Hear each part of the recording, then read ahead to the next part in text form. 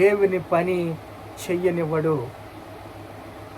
దేవుని పనిని చెయ్యనివ్వనప్పుడు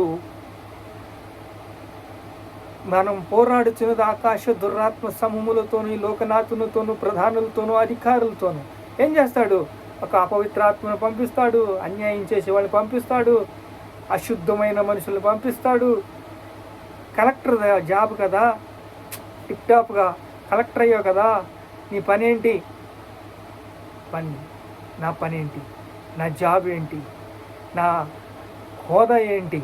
నేను ఎవరితో, పేదవాళ్ళతో ఎలా ఉండాలి, ధనికులతో ఎలా ఉండాలి, ఈ ఊరి యొక్క న్యాయం ఏమిటి, న్యాయ వ్యవస్థని ఎలా నడపాలి అనేది ఇంకొక బాధ్యత ఉంటుంది. ఆ బాధ్యత మర్చి నువ్వు ఇష్టానుసారంగా నీ శరీరాన్ని పాపానికి దాసుడవుతావో, దేవుని రాజ్యానికి అనేక మంది నడిపిస్తావో. పాపాలు ఒప్పుకున్న పాప మరణాల నుంచి నిన్ను విడిపించాడు కదా దేవుడు, శాపం నుంచి నిన్ను విడిపించాడు కదా. అనేక మంది పాప బంధకాల్లో ఉన్నారు కదా, నీ కళ్ళ ముందర కనిపిస్తున్నారు కదా, పాప బంధకాల్లో కూరుకుపోయారు కదా, ఊబిలో కూరుకుపోతున్నారు కదా, మరణానికి పాత్రలైపోతున్నారు కదా, మనస్సాక్షిని వారు ఆ ఊబిలోంచి రావలేకపోతున్నారు కదా.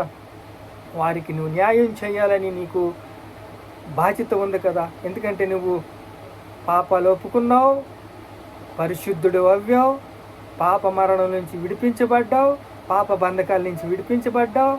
నీకు ఒక గోల్ ఉంది, నీకు ఒక గురి ఉంది, నీ యొక్క హృదయం మారింది. అనేక మంది మార్చాలి నువ్వు. అంటే పోలిక అంటే ఒక కలెక్టర్ గారిని తీసుకున్నావు.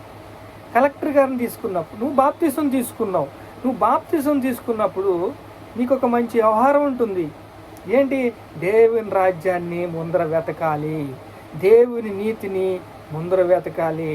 ఏమి తిందామా, ఏమి తాగుదామా, ఎవరిని జంటేసుకుందామా, ఈ శరీర కార్యాలు చేద్దామా, ఇష్టానుసారంగా ఏం చేద్దాం, ఎలా చేద్దామని ఆలోచించొద్దు. ముందర దేవుని రాజ్యాన్ని వెతకండి, దేవుని నీతిని వెతకండి అని దేవుడు చెప్తున్నాడు. దేవుని రాజ్యాన్ని ఎలా వెతకాలి, దేవుని నీతిని ఎలా వెతకాలి? ఇప్పుడు ఉపమానం చెప్పాం. కలెక్టర్ గారు ఊరు బాధ్యతలకు తీసుకుంటారు, ఎమ్మెల్యే గారు ఏమో మనిషిని పంపిస్తారు, రౌడీ షీటర్లను పంపిస్తారు, దురాత్మ శక్తులు, దుష్ట శక్తులు, అంధకార శక్తులు, చీకటి శక్తులు ఇవన్నీ కూడా నేను అటాక్ చేస్తాయి.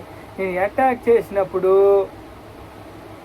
ఎలా వాటిల్ని డీల్ చేస్తావు, ఎలా వాటిల్ని ఎదిరిస్తావు, ఎలా వాటికి న్యాయం చేస్తావు, ఎలా పాప బంధకాల నుంచి విడిపించి ఒక తాగుబోతుడు ఉన్నాడు, వాడిని ఎలా డీల్ చేస్తావు. ఒక వ్యభిచారి ఉన్నారు, రహాబు ఉంది కదండి.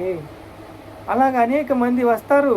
వాళ్ళు వచ్చినప్పుడు వాళ్ళని ఎలా డీల్ చేస్తావు, ఎలా న్యాయం చేస్తావు, న్యాయ వ్యవస్థకి ఎలా నువ్వు సమాధానం చెప్తావు అనేది దేవుడు.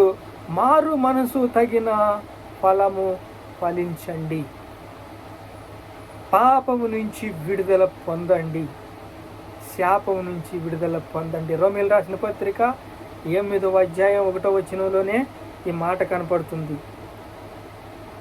క్రీస్తు జీవమిచ్చు ఆత్మ యొక్క నియమము పాప మరణముల నుండి నన్ను విడిపించెను. ఎట్లనగా ధర్మశాస్త్రము దేనిని చెయ్యజాలకపోయినో దానిని దేవుడు చేసెను. అవునండి, ధర్మశాస్త్రము ఏది చేయజాలకపోయినో యేసుక్రీస్తు దాన్ని తండ్రికి విధేయుడయ్యాడు, శిరస్సు వహించాడు, తన పనిని చేశాడు, చేసి సిలువెక్కాడు, రక్తం కార్చాడు, కొట్టబడ్డాడు, దున్నబడ్డాడు, చీల్చబడ్డాడు. ఆ రక్తాన్ని తీసుకువెళ్ళి శిబిరం అవతల శిలువ మరణం పొందాడు. శిబిరం అవతల ఆయన కూడా బయట ఊరు అవతల శిలువ వేశారు. ఊరు అవతల వేస్తే ఆ యొక్క పరిశుద్ధ రక్తము అపవాది తీసుకున్న నిర్ణయాల్ని, శాసనాన్ని మార్చేసింది. ఇప్పుడు మనం ఎవరు? పరిశుద్ధులం.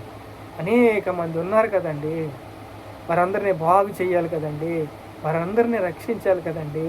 అప్పుడే దేవుని రాజ్యాన్ని చూస్తాం కదండి, దేవుని నీతిని చూస్తాం కదండి, దేవుని ప్రేమను చూస్తాం కదండి. నిన్ను వల్ల నీ పొరుగు అని ప్రేమించినప్పుడే కదండి దేవుని చూసేది, దేవుని ప్రేమను చూసేది. దేవుని కృపను చూసేది, దేవుని హృదయాన్ని చూసేది. అలా దేవుడు మనకి ఇచ్చిన బాధ్యతల్ని సక్రమంగా మనము నడుపుదాం. ప్రార్థన చేసుకుందాం. మహాపరిశుద్ధుడైన తండ్రి, స్తోత్రాలు స్తోత్రాలు స్తోత్రం. పాప మరణం నుంచి విడిపించేవాడు, పాప బంధకాల నుంచి విడిపించేవాడు, పాప శాప మరణాల నుంచి విడిపించేవాడు. అవును తండ్రి, విడుదల పొందుకున్న మేము దేవుని రాజ్యాన్ని వెతకాలి, దేవుని నీతిని వెతకాలి, 5 మంది కన్యకుల్లో ఉండాలి. అవును ప్రభా, నీకు స్తోత్రాలు స్తోత్రాలు స్తోత్రాలు స్తోత్రాలు స్తోత్రాలు. యేసయ్యా నాయనా, నీకు స్తోత్రాలయ్యా. కృప, ప్రేమ, దయ, కనికరము మాకు అనుగ్రహించినందుకు స్తోత్రాలు స్తోత్రాలు స్తోత్రాలు స్తోత్రాలు. ఇతరులకు పంచే భాగ్యము, కృపను అనుగ్రహించిన స్తోత్రాలు. స్తుతి, మహిమ, ఘనత, ప్రభావాలు యేసుక్రీస్తునామములో చెల్లిస్తున్నాను తండ్రి. ఆమేన్ ఆమేన్.